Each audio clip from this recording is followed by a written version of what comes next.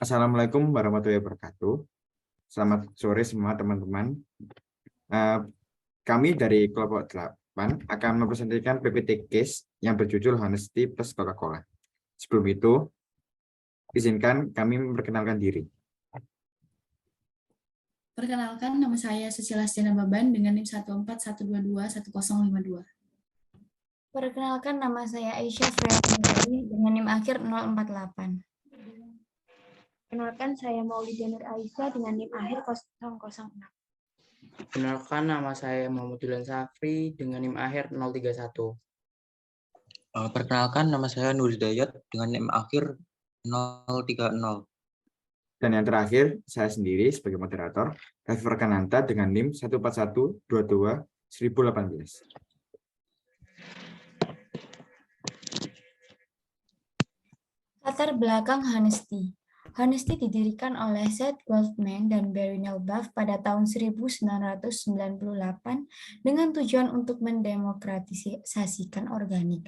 Dalam kerjasama ini, Goldman memahami peluang untuk memasarkan minuman kemasan yang berbeda, sehat, dan terbuat dari bahan-bahan organik. Dan Nelbaugh menyarankan nama dan kata-kata yang mencerminkan produk terbuat dari bahan-bahan alami. Awalnya, pendistribusian produk ini dimulai dari rantai grosir makanan alami dengan pesanan sebesar 15.000 botol.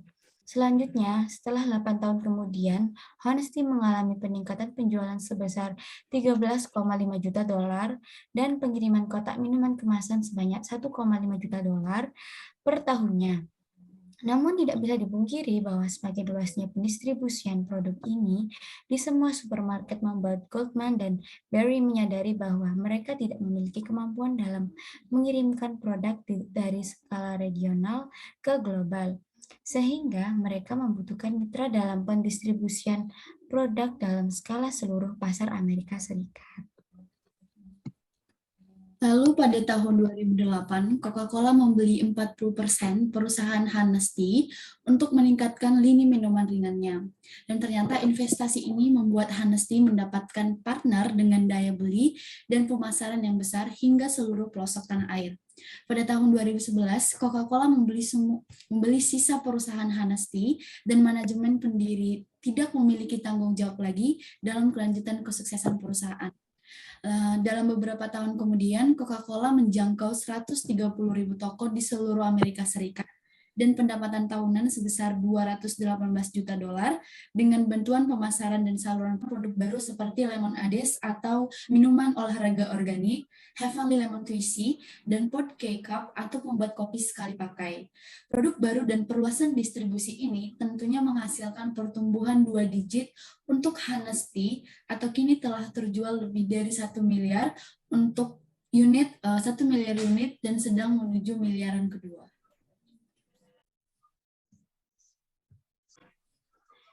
Pertanyaan pertama, bagaimana Anda menggambarkan tingkat cangkupan pasar yang ideal dari Honesty? Mengapa intensitas cangkupan pasar ini sesuai untuk minuman seperti itu? Tingkat cangkupan pasar yang ideal dari Honesty yaitu distribusi insentif. Karena Honesty membutuhkan mitra dengan jaringan distribusi yang dapat diandalkan untuk memenuhi pasar Amerika Serikat. Honesty membutuhkan mitra dengan daya beli dan pemasaran yang besar, serta dapat mendistribusikan produknya ke setiap negara. Setelah Coca-Cola terlibat dalam proses pendistribusian Honesty, Honesty dapat memasok Safeway dan sejumlah pengecer besar lainnya. Dalam beberapa tahun, Honesty telah memanfaatkan jaringan Coca-Cola untuk memperluas cangkupan pasar. Haruskah Honesty menggunakan saluran distribusi yang sama untuk Pod K-Cup-nya seperti yang digunakan untuk minuman teh dalam kemasan dan kaleng? Menurut kami, itu tidak harus menggunakan saluran distribusi yang sama.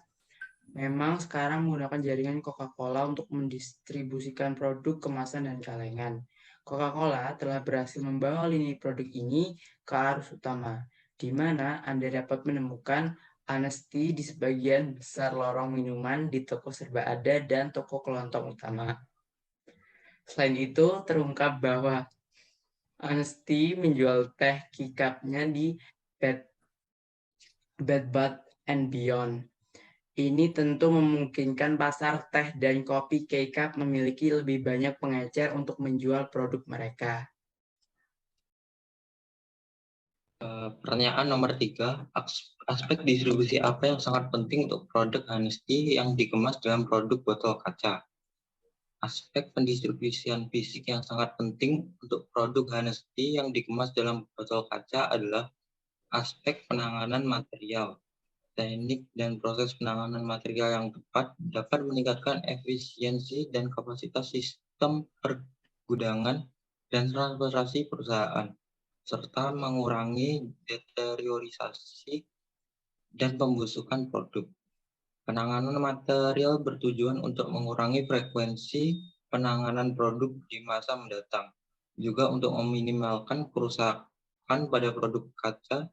Dapat menggunakan metode yang dikenal sebagai pemuatan unit atau unit loading, yaitu menambahkan item kaleng atau kardus yang lebih kecil digabungkan menjadi beban satu dimensi.